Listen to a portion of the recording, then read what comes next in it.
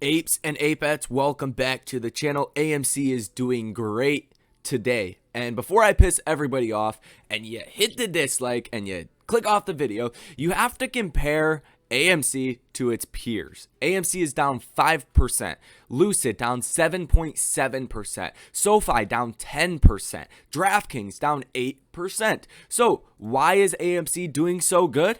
That's what we're going to talk about here in this video. There is some breaking news that we have to go over, and I want to make this very simple to understand because I've seen other people talk about this breaking news for AMC, and they're not doing it in the best perspective to make it make sense for you guys. So that's mainly what we're going to do here in this video. We are going to go over the technicals where we currently sit for AMC, the Ortex data, the option flow data from the institutional investors, as well as we are going to talk about what is going to be moving the markets in the next couple of days. So if you guys get value out of this video or simply entertainment, hit that like button for me, subscribe to the channel, let me know in the comment section how many shares of AMC do you own and what is your price target. If you guys also want access to all my trades in real time, we have been killing it today with an 80% win so far on a Facebook put. Now we got some free options to play earnings later on today. If it hits big, it hits big. If not, you still got your initial investment back. So if you guys want access to that, check that out pinned in the top comment. Now, as far as the breaking news is concerned for AMC and why AMC is doing much better than most of its peers, when usually it's the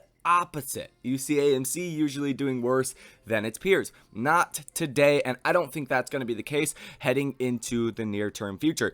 This is from Barron's. It says AMC is refinancing debt. That's another sign it's pushing past the pandemic, and I think a lot of people are not fully understanding exactly what this means. So we're going to read this paragraph right here, and then I don't even want to say break it down because there's one analogy that will make sense for everybody. So it says the company has started tapping the junk bond market, which refers to high yield debt, to raise $500 million. It revealed in a press release Wednesday. The purpose of the debt raise is to pay off the principal on a bond yielding 10.5% issued in April 2020 as the group began hemorrhaging cash after AMC's theaters were forced to close. The move represents an effort to refinance expensive debt at a more favorable rate as the company's business picks up again. And this is perfect timing to be doing this, as they did just blow everybody away yesterday with the numbers, with the preliminary unaudited numbers that they did put out, actually showing the highest profit levels, profit margins in about 2 years' time. So it's a good time to go to the junk bond market and try to get some debt finance, because it's a bidding process. So they're going to get a much lower rate than 10.5%. A 10.5% rate on a junk bond is like your company's 50-50, gonna live or die, gonna go bankrupt or gonna do well. So, that is unsustainable. You can't pay 10.5% if you're not, profiting 10.5%. It does not work. The math long term does not work. Now, the best way to understand what they are doing, and don't get caught up on them raising $500 million of debt. Think about this like yourself. If you had, let's just say $50,000 of credit card debt on a credit card that cost, 10.5%. We'll use the same numbers. Cost 10.5% per year. Now, if you went out and got another credit card that was $50,000 and paid off that whole, prior card that was 10.5% interest, but now this new card's 5%, you essentially just saved 5. And that is a big win that will give the company, and ultimately you in this analogy, much more money to do whatever you want to do. So that's the easiest way to think about it. Like you're getting another credit card to pay off a higher debt credit card or a higher interest rate credit card, so you can keep the difference and you're not paying out as much. So that is the key to that. Definitely just looks good in general that the management is actively trying to better the business. Some management, at other companies, once, something like the pandemic happens, they kind of just give up.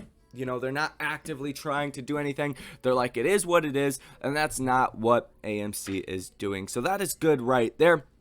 Now, let's talk about the option flows and the short interest. So today you're seeing some very interesting things happening. You're seeing 5 institutional orders totaling $328.96 thousand, positive order value of 46% for the day. Over the past week, you're sitting at 44% positive order value with $68.87 million worth of orders. So you're still on the bearish side, and that's surprising given the rally that we did see yesterday. And we were up like 17% at the highest point of the day. We only closed up about 6%.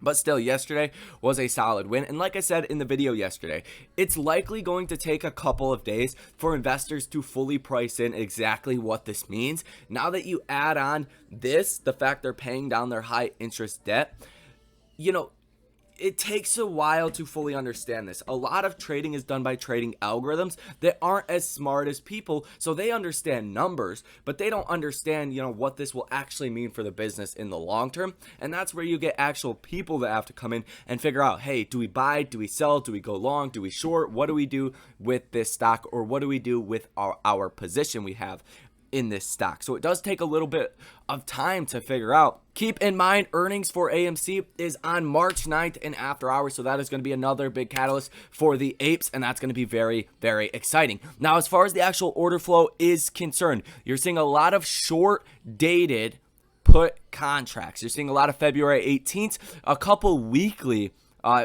put positions, very large put positions, over $30,000 for all of these order flows, or for these trades, and it's just very short. You're seeing a lot of longer dated calls. Like, take a look at this one, January 20, 2023, a $20 strike, a call. They bought 200 of them at $650 a piece. So that break even is $26.50 a piece, and that was a $130,000 single order. So keep that in mind. And here you go right here, a $1.1 million put position, an $18 put for March 18th, and that is still very short term.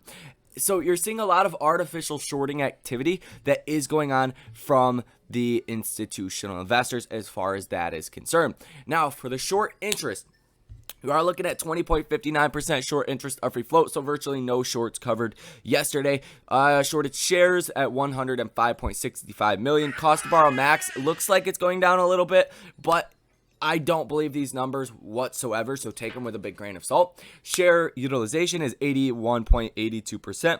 Days to cover at 2.45. So the data here looking good in that aspect. I have a very hard time believing these cost to borrow numbers though, so take some of this information with a grain of salt. Now, as far as the 13F filings that are coming out for the day, you see virtually nothing that is actually going on. One firm sold out, brand new position. A firm increased their position 100% right there, increased their position 87.67 right there, decreased 1.81%. Decreased a small position 54%, added to this position 5%. But other than that, not too much activity that is actually happening today. It is skewed towards the bullish side though, so keep that in mind. You are seeing more institutions that are loading up on AMC that are selling out or decreasing their positions in AMC. So all of this very encouraging. As far as the earnings today and in after hours that are going to affect the markets, today is obviously Wednesday, so you have Facebook in after hours. That is why we did make the trade in the community today. And hopefully that does drop a lot, so that prints some massive tendies. If it does not, it just doesn't. But if Facebook does come down in a dramatic way, if it's a black swan event like Netflix, it will have an effect on the broad markets. It will cause the markets to come down. If Facebook earnings are good, it will likely cause the markets to rally as well. Now, Thursday, in after hours, we have Amazon, Ford, and Snapchat. So after this week, there's not too many big companies left that need to report. I don't think there's any companies that are over like $400 billion that still have to report that are tech stocks or that dictate the markets that have to report after this week. So we're almost done with the majority of earnings season for the large cap stocks, and that's really going to dictate, hey, what do we do? Are we dropping back down on the SPY? Are we gonna rally up from here? What can we expect? Did we get our time to buy the dip, or is the dip gone, essentially? So that is pretty much the situation you guys need to know as far as the stock O tracker data as well. we do have, drum roll please, 20,000 calls that are in the money, 152,000 calls that are out of the money, 18,000 puts that are in the money, and 77,000 puts that are out of the money. So we are seeing a substantial amount of calls that are out of the money for this Friday. If we do see Facebook earnings that are good, if we do get a bullish buy the dip sentiment coming into the marketplace, AMC is definitely going to benefit from that. And that would cause market makers to have to buy a lot more shares to hedge out these calls that would go into the money. So it's not a crazy high amount of, option activity, but it still is very good relative to how many calls that are in the money compared to out of the money. So looking good in that aspect. As far as a quick look at the technicals and what that is telling us, if we pull this out to the daily candlestick chart, let's pull up the Bollinger Bands, and this 20-day simple moving average is still moving down, which is definitely going to be a good thing because we have to break out above that to see another rally, and that is sitting at $18.90 per share. So looking good right there. We're still holding above $15 per share. My end of the week price target was $17 per share. So we will see if that holds true and if we're around $17 by the end of the week. That is really what I'm expecting. And we're just in a weird limbo state, but I don't think we're going under $15 per share unless the markets get dramatically upset. So that is going to be all for this video.